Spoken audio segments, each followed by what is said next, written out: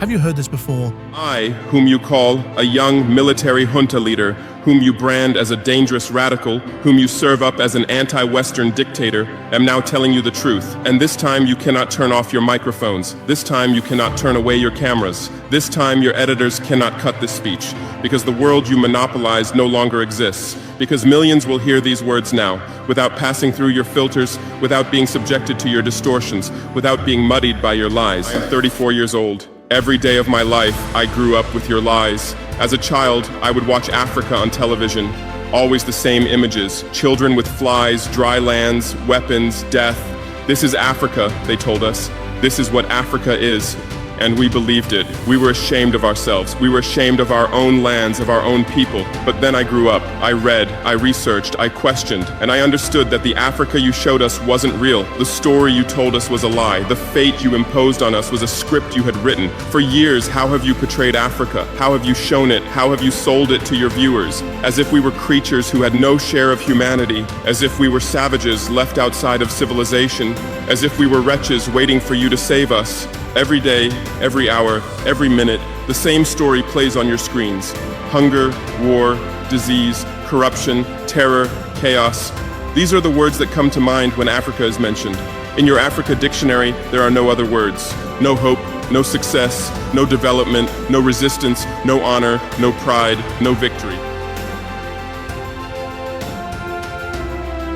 So I ask you, New York Times, Washington Post, Guardian, Le Monde, have you ever made Africa's successes your headlines? How many times have you written about Rwanda's technology miracle? How many times have you shown Ethiopia's reforestation project? How many times have you praised Botswana's democratic success? How many times have you described Kenya's entrepreneurial ecosystem? No, because these don't fit your scenario. Your Africa cannot be successful. It cannot, because then how will you legitimize your exploitation? If it's not in need of help, how will you intervene? If it's not backward, how will you look down on it? Have you ever asked yourselves, has any editor sitting at their desk, any news director in a meeting, any columnist at their keyboard ever thought, why are the people of the world's richest lands poor? Here are the numbers for you, real numbers. Africa owns 70% of the world's cobalt reserves. Your cell phone, your computer, your electric car won't work without cobalt. This cobalt comes from Congo, but Congolese can't afford cell phones. Africa owns 90% of the world's platinum reserves. Catalytic converters, electronic devices, medical implants, they all need platinum. This platinum comes from South Africa,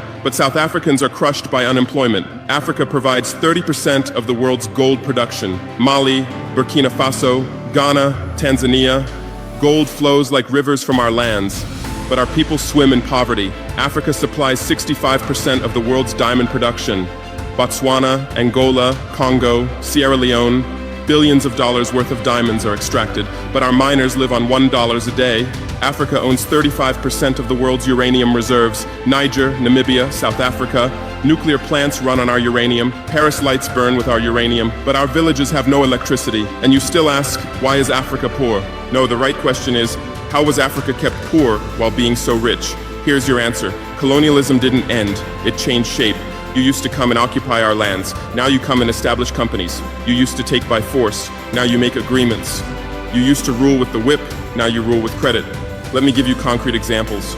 With numbers, names, dates, but you'll never write about these. Glencore, Swiss-based mining giant, extracting cobalt in Congo. 2022 revenue, $256 billion, a tax paid to Congo, $500 million, that's 0.2%. Is this justice? Rio Tinto, British-Australian mining giant, extracting bauxite in Guinea, 20 million tons annually. What's left for Guinea? Environmental pollution and cancer.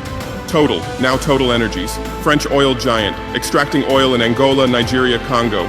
2022, profit, $36 billion investment in Africa, dirty pipelines, Anglo-American, founded in South Africa but now in London. Diamonds, platinum, iron, taking everything. What it left in South Africa? 6 million unemployed miners. And these are just the tip of the iceberg. What about the invisible, the secret deals, the offshore accounts, the transfer pricing tricks? Every year, $88 billion in illegal money flows out of Africa.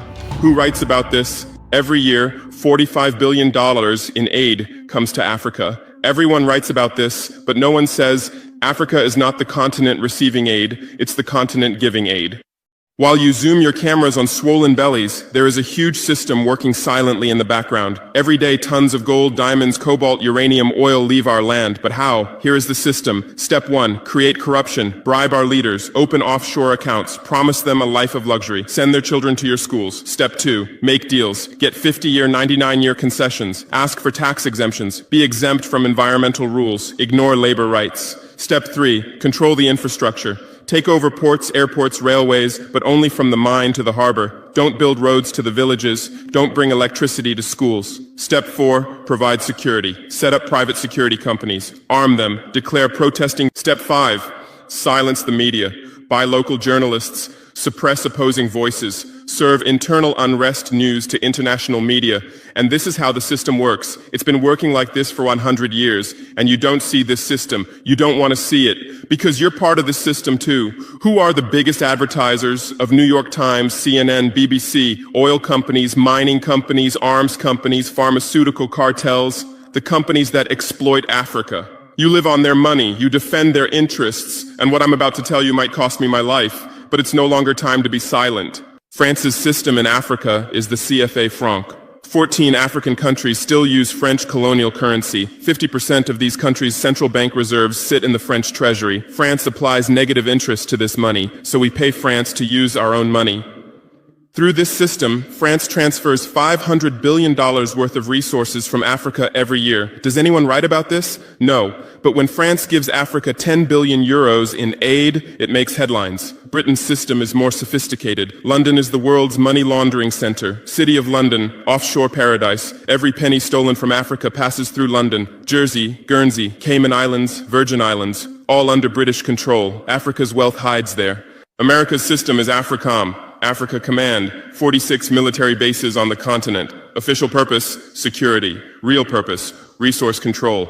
Drones in our airspace every day, listening devices everywhere. They say fighting terrorism, but it's not terrorists. It's people's leaders who are targeted. China is the new player, says win-win, builds infrastructure, gives credit, but in exchange for what? 99-year port concessions, mining rights, agricultural lands, debt-trap diplomacy, ask Sri Lanka, ask Zambia, and you write about none of this. Why? Because you're not free press. You're corporate press. Your bosses are billionaires. Jeff Bezos bought Washington Post. Why? For love of journalism? Rupert Murdoch's media empire, Fox News, Wall Street Journal, The Sun, The Times, all from the same hand, all giving the same message. West is good, others are bad. Carlos Slim is the largest shareholder of New York Times, Mexican billionaire. Where's his wealth from? Monopolized telecommunications, got rich off Latin America's back, now controls America's most respected newspaper. And you claim to do independent journalism? Who are your editors? Which schools did they graduate from? Harvard, Yale, Oxford, Cambridge?